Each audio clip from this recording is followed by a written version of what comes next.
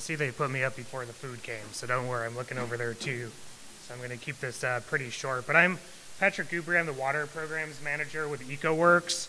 The main thing we do around water is we do a program called the Water Residential Assistance Program, which I'm going to talk about in a moment. But over the past 2 years, we've done about 1,500 home water audits, mostly in Detroit homes, also in Macomb and Oakland. So this is sharing some of our experiences from those. And before getting into that, I would like to say that if you'd like to learn more about these drainage fees and credits, oh, thank you. Oh, thank you.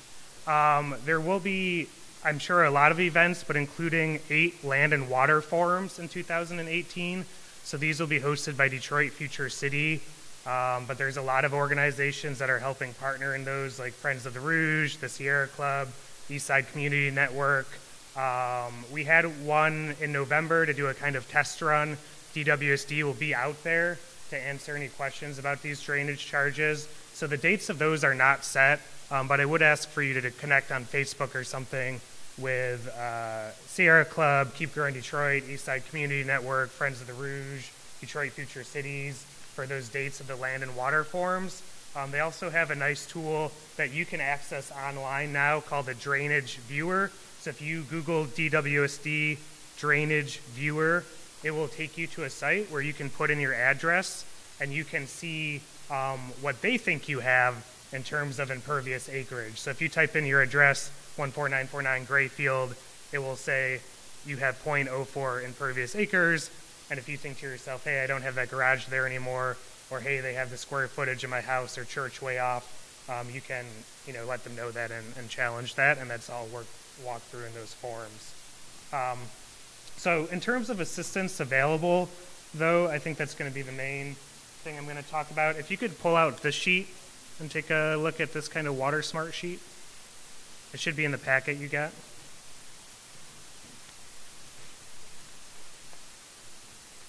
Can everyone kind of wave it at me? Thank you.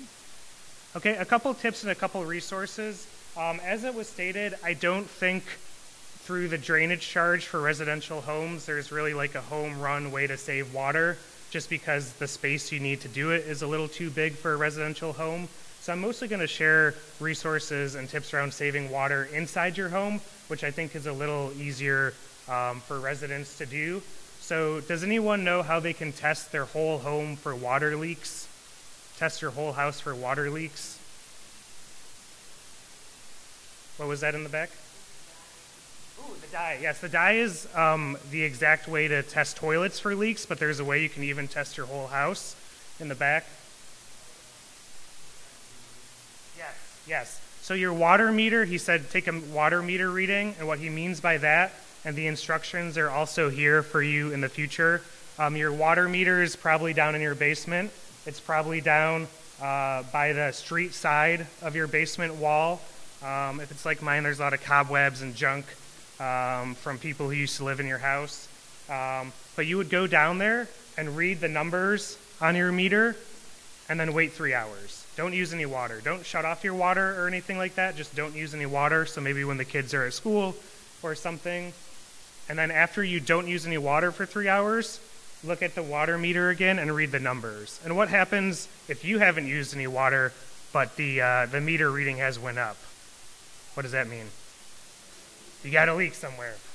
So most leaks you'd probably be able to see, or I shouldn't say most, but you can tell if your faucet is leaking, your shower is leaking. Pretty obvious. But one thing that's not obvious, even to people like myself, is when a toilet is leaking. Because it's white porcelain, it's clean water, it's kind of running silently. Sometimes you can hear it, sometimes you can't. The woman here mentioned a dye test. So what you can do to test your toilet for a sneaky leak is take the tank off your toilet bowl. So that's the top part, and the instructions are here too. Take the tank lid off, drop in some food coloring or dye tablets. I actually have a bucket of dye tablets that I'll put up by the food. They are non-toxic, but please don't eat them. So you can take some when you leave and test your toilet. Put it in the tank, wait about 5 minutes. The tank will turn blue or whatever color the food coloring is. And then look in your toilet bowl. What happens if in the toilet bowl is now that blue or green food coloring?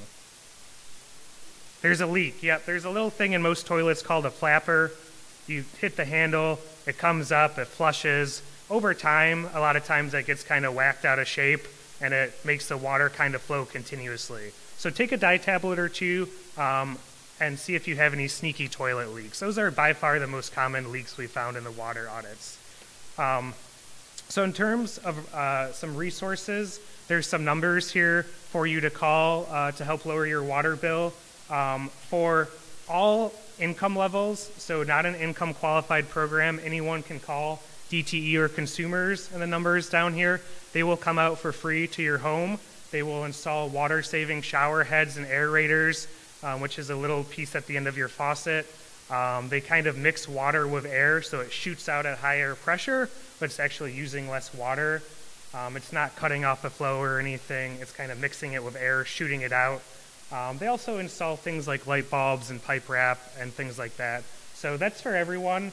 If you know anyone in your church or neighborhood who might need a little more help, there's a program available if you're at 200% of poverty level income, so 200%.